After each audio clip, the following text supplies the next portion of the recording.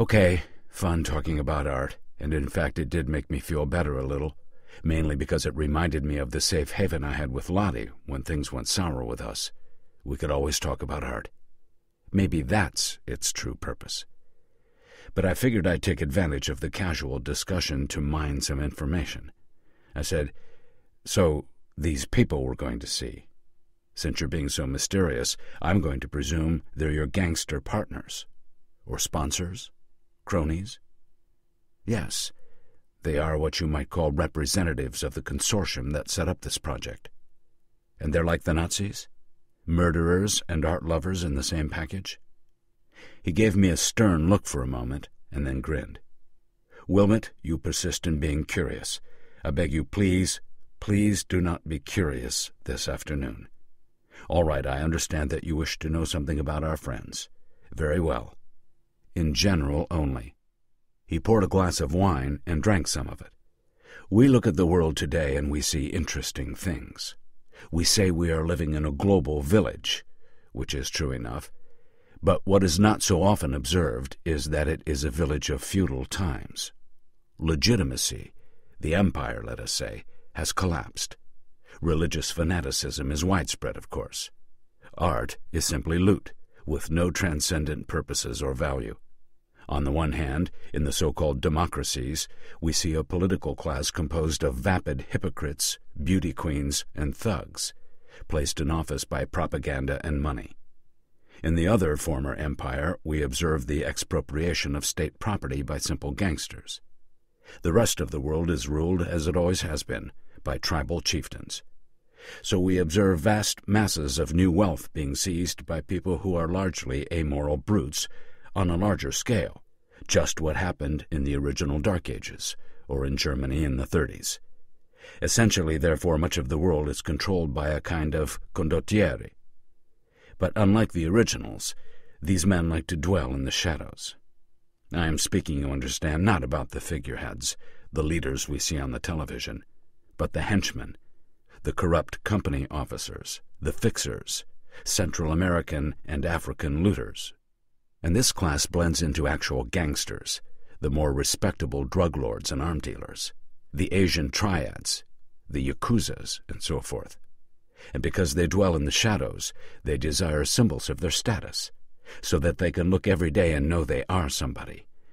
And this is why art is stolen from museums and collections. Yeah, but that has nothing to do with forgery. Why are these guys getting involved in this particular operation? Ordinarily they would not. Art forgery, as I'm sure you know, has historically been a petty affair. But in recent years all this has changed. The market value of paintings by the noble dead has increased by orders of magnitude. $100 million auctions are not unknown, and this kind of money can attract the sort of people we are talking about. Now, since I have been selling such people paintings for a while, when they think art, they naturally come to Krebs. They say, "Krebs, can this be done?" And I say no, at first.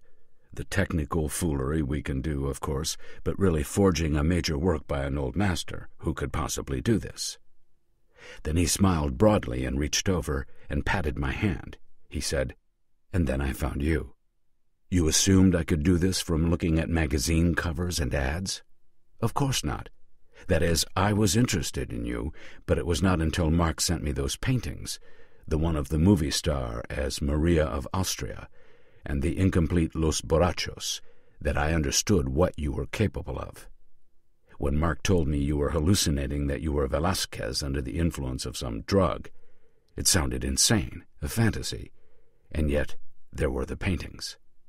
So I made my contacts, and as you Americans put it, I pitched the deal and got the clearance and backing I needed. So that's why he paid me $10,000 for half a copy of a painting? 10 only? He charged me 35 for it." Krebs laughed and added, "And well worth it at any price. And of course it is not a copy in any real sense. You recreated it as Velázquez, although I don't pretend to understand how this can be." "Join the club." "Yes, but why and wherefore hardly matters at this point." He clapped his hands briskly, ending that line of conversation. "So, I have described our masters to you. Shortly you will meet them for yourself. He finished his wine, dabbed his mouth, tossed the napkin on his plate. "We should begin to prepare now. Bathe, shave, wear your best clothes. Do you need anything? Shoes, shirts, whatever?" "No, I'm fine." "So what is this, like a job interview?" "Not exactly. They wish to personally certify the existence of Charles Wilmot. They wish to see the body." An hour later, Franco drove me and Krebs to a hotel near Barajas Airport, all three of us dressed as for an important funeral, a head of state maybe, and we ascended to the top floor and passed a small platoon of gentlemen in dark suits who made sure we weren't carrying anything lethal, polite but thorough, and then we went into the suite. 3 guys were sitting there, an Asian, someone who looked French or Italian, and a bald guy with the ice eyes and high cheekbones of a Slav. I wasn't introduced, and no one used names. The French guy did almost all the talking, and the conversation was in English. I was sitting in a side chair, a little behind the action, which was being conducted around a teak table in the center of the room. I tried not to listen, but I gathered they were talking about particular artworks loose on the secret market. After about 20 minutes of this, Krebs motioned me to come to the table. All 3 of the men looked at me, but as you'd expect, given what they did for a living, their faces were perfectly unreadable. I might have been the view out the window of an airplane. The maybe French guy said, "So you are the artist. We have heard great things about you." I said, "Thank you." He said, "Let's see what you can do then. Draw me." "Excuse me?" I said. "I want you to draw a portrait of me. Here, use this." He slid across the table a single sheet of 150-pound drawing paper, 10 by 14. He assumed, correctly, that I had a drawing implement on me. I had a pencil, but I figured this guy would be impressed by bravura, and so I used my fountain pen. Interesting face, anyway, maybe in his early 50s, that French kind of nose, a long downward-sloping bridge with a little blob on the end, wide mouth with full lips, small dark eyes with generous pouches, oval chin, thick neck, dark hair, coarse like horsehair, a little gray at the sides, the face of a corrupt cardinal in the reign of the Sun King. So, pen held vertically out at arm's length, a cliché, but you really use it to transfer the proportions from life to the paper. The general shape of the face, the triangle formed by the eyes, and the mouth has to be perfect or you won't get a likeness. Start with those 3 dots, and then 4 more to mark the top of the head, the sides, the chin, then the tip of the nose, another dot, and then the edges of the eyes and the mouth. You grow the drawing on the page, the eyes, the mouth, then the shadows formed by the mass of the nose and the lips. I worked for about half an hour, using a wetted finger to smear in the gray tones, and when I reached the point where any further potching around would have wrecked it, I slid the paper across the table. He looked. He showed it to his partners. There was the usual release of tension you get when a likeness works. Magic. A little scary. It looked like him, cool and brutal.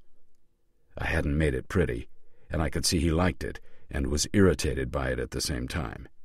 Yes, that's me, but who are you, you little pisser, to see me? He slid the sheet into a leather portfolio on the table without the pretense of asking for it, nor did I object. And that was the meeting. A few more minutes, mainly pleasantries of a sort, and we were out of there.